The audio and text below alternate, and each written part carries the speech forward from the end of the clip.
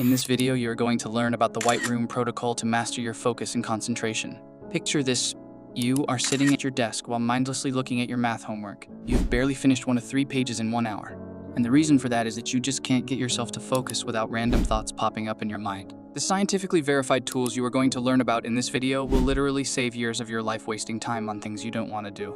Time is priceless and your most valuable possession, so I truly believe that you will not regret watching this guide till the end. Let's first do a quick assessment of your current concentration ability. Just count how many times a ball hits the ground.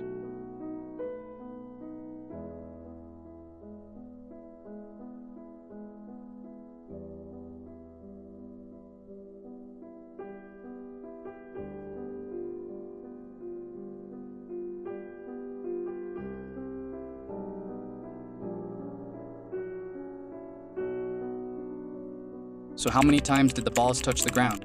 It was 30 times, if you got that right. What else did you see? Did you notice that the balls changed shape?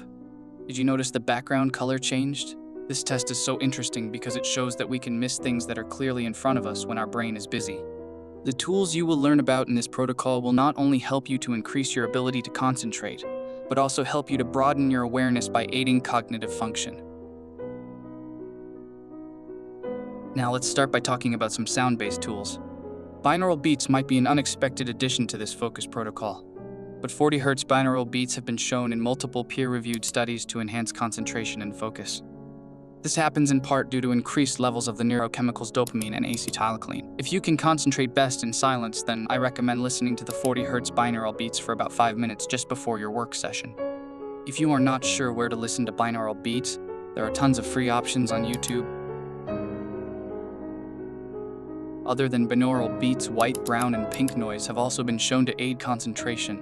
Leveraging these sounds could be especially beneficial for you if you struggle to transition into focus, more than staying in focus. If I were you, I would try out white, brown, and pink noise separately over a period of a few days and see what works best for me. Okay, let's talk about visual-based tools. The key principle you have to understand is that your visual focus drives your cognitive focus. This is why they put blinders on horses. So how exactly can you leverage this? One scientifically verified way to go about it is to just visually focus on one location, anywhere from 30 seconds to 3 minutes. The magic happens when you refocus on the spot, after losing your focus for a short time, because you are then training the neural circuits for concentration to get better at focusing for longer. This can be done right before a work session, and you could even combine this practice with the binaural beats.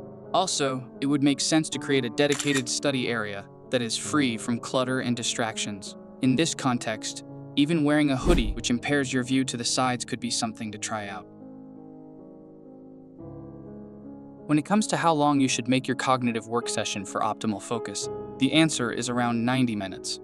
This has to do with the ultradian rhythm, which is a biological pattern hardwired into your DNA, a function of your clock genes. This is what dictates how your body, or in our case, your concentration, functions. After the 90 minutes of high productivity, you need 20 minutes of rest where the ultradian healing response takes place. In this period, it is vital to not look at your phone. You will be surprised by the concentration boost you will get if you just let your mind wander before you need to focus. Also, it is important to mention that the duration of 90 minutes of focus is not always completely accurate for some people and depends on things like the quality of your sleep. This also holds true if we talk about how many of those cycles you should do per day. However, generally I recommend that you do not do more than 3 of these deep work sessions per day because of the big need for recovery. Now, let's talk about how you can use your diet as a tool to leverage for optimized concentration. What is clear is that tyrosine-rich foods are certainly beneficial. Examples would be foods like Parmesan cheese, nuts, or some meats. However, as you certainly experienced before, when you eat large amounts of food, a lot of blood is directed to your gut and you feel more tired, which obviously decreases your ability to focus. The key is to find a balance where you get the benefits of tyrosine while not getting too tired from the ingestion itself. Some also experience the most clarity of mind when they are doing intermediate fasting. Here, the best approach is to test it out yourself and create a protocol tailored to you specifically.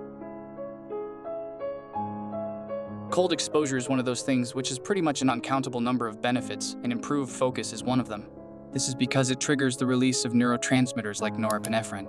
You can simply take a quick cold shower to get all these benefits. However, if you are not yet experienced in cold exposure, be careful to start gradually. For example, you could begin by ending your usual warm shower with a brief blast of cold water and increase the intensity and duration from there. You could also consider supplements for enhancing your ability to focus. Here, one option are omega-3 essential fatty acids.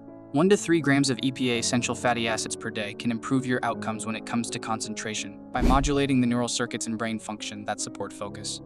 As a bonus, you can also get mood-enhancing effects from omega-3.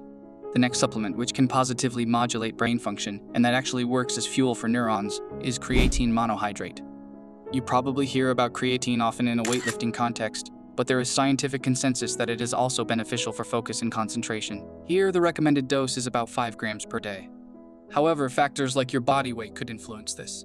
Lastly, caffeine is a great tool for improving focus. There is actually an immense amount of data supporting the idea that caffeine can enhance mental and physical performance. The general range of how much caffeine consumption is recommended is 100 to 400 milligrams. However, this again heavily depends on things like your body weight. If you've eaten anything and your general caffeine tolerance level, be careful to not place your caffeine intake closer than 10 hours to your bedtime. After all, sleep's role in mental function and pretty much everything else is vital. The tool which will most definitely help your ability to concentrate is meditation. And I made an entire video just about how to actually meditate effectively for your goals, instead of even getting counterproductive results, so be sure to check that out. Okay, you are now equipped with everything you need to enhance your focus. Now, I recommend trying out some of the tools I have mentioned in combination with the following concentration and attention span test, where you have to keep your attention on the green circle. For example, you could first do the test without any tools, and then repeat the test after some cold exposure and while listening to 40 Hz Binaural Beats. It is important to note that you should not be too hard on yourself if you are not able to finish the test. Attention spans are at an all-time low, but with consistent practice only the sky is the limit.